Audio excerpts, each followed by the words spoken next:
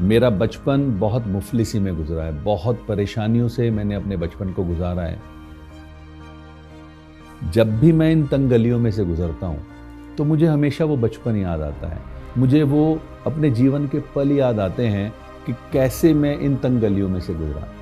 लेकिन मुझे एक बात और एहसास होती है कि अगर ये तंग गलियां ना होती तो शायद जो मैं आज हूँ वो हो नहीं पाता। पापा एक छोटा सा जॉब करते थे, बहुत कम उनकी सैलरीज थी। उसका परिणाम ये था कि घर में इनकम्स बहुत कम आती थी। तो बड़ी मुश्किल से मेरा ग्रेजुएशन हुआ। पढ़ाई के साथ साथ जब मैंने कंपटीशन की तैयारी की तो अचानक से मुझे जॉब्स मिलने शुरू हुए। मेरा पहला जॉब लगा सीआरपीएफ में सब इंस्पेक्टर के पोस्ट पर। ये बातें हैं वर्ष 1988 की। वहाँ मैंने जॉब किया करीब 2 साल 8-9 महीने के बीच में, और उसके बाद मैं आ गया घर वापस। मैंने पढ़ाई की और मेरा दिल्ली पुलिस में सिलेक्शन हो गया। मैं कभी कभी सोचता हूँ कि क्या वाकई मैंने इतनी पढ़ाई कर ली थी जो मुझे इतने अच्छे जॉब्स मिले।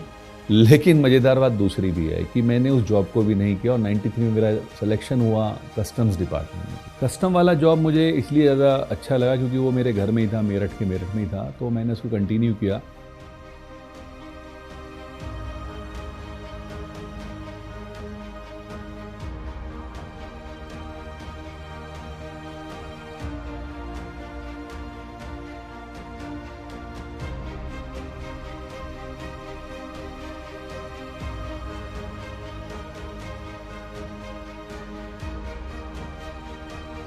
लेकिन इसी बीच में फिर मेरी शादी हो गई।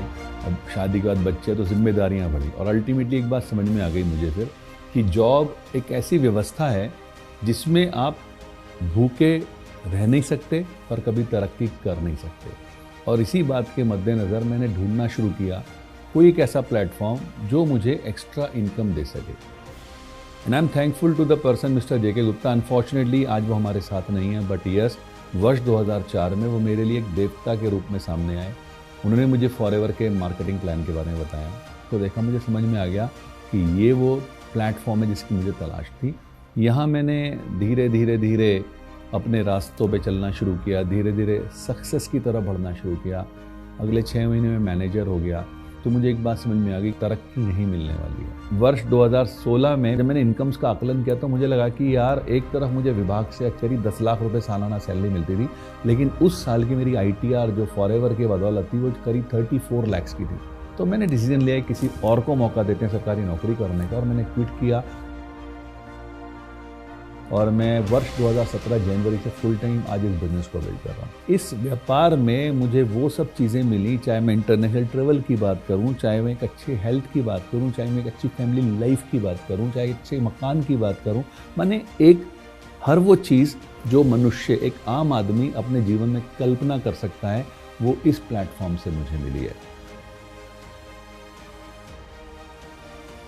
अभी हाल ही में ऐसी बीमारी ने दस्तक दी जिसने पूरी दुनिया को रोक दिया।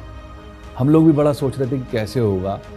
थैंक्स टू फॉरएवर के प्रोडक्ट्स, जिनकी वजह से हमारा इम्यूनिटी सिस्टम बहुत अच्छा रहा, and thanks to the marketing plan and the flexibility of the marketing plan, कि हम लोगों ने कोविड के उस दौर में डिजिटल प्लेटफॉर्म का सहारा लेकर के अपने बिजनेस को कंटिन्यू रखा, जिसका रिजल्ट ये रहा कि हमारे चेक्स नहीं रुके, जिसका रिजल्ट ये रहा कि हमारे इनकम्स नहीं रुके, जिसका रिजल्ट ये रहा कि बहुत सारी इंडस्ट्रीज सफ़र कर गई, लेकिन फॉरएवर में इनफैक्ट और ग्रोथ होती चली गई। क्यों? क्योंकि हर किसी व्यक्ति को 2 तरह की चीज़ें ऐसे दौर में चाहिए थी, एक अच्छा स्वास्थ्य और एक अच्छा साधन।